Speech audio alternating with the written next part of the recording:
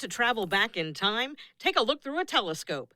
That light you see from distant stars has traveled to you over both distance and time. You see a moment in the sky that has long passed. I think really exciting to be able to think about the universe as it was so very long ago and to be able to capture that light and figure out what's happening. Since the Big Bang, the universe is expanding, and as the stars and galaxies move away from each other, the waves of light from those stars get stretched out. When the light stretches enough, it goes from the visible that we can see with the eye to the infrared that we cannot see with the naked eye. I kind of think of infrared light as being important for seeing three really main things. One would be young things like young planets or protostars, which are kind of what happens before a star becomes a star.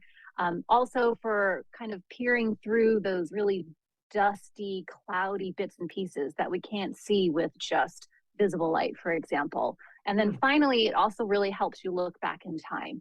Since the James Webb Space Telescope works in infrared light, it can see the first stars, first galaxies, and forming early planets, essentially the baby pictures of the universe.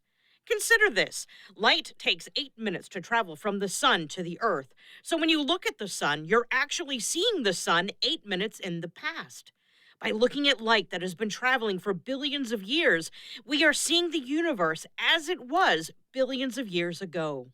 The Webb telescope can capture the light of galaxies that formed shortly after the universe began. Most of astronomy is kind of like armchair time travel, if you will. But infrared light in particular is really helpful for looking way, way back in time, like back to some of the earliest pieces of the universe. Now, with the Webb telescope, we are capturing images of when time began. Scientifically speaking, Kelly Bates, ABC6.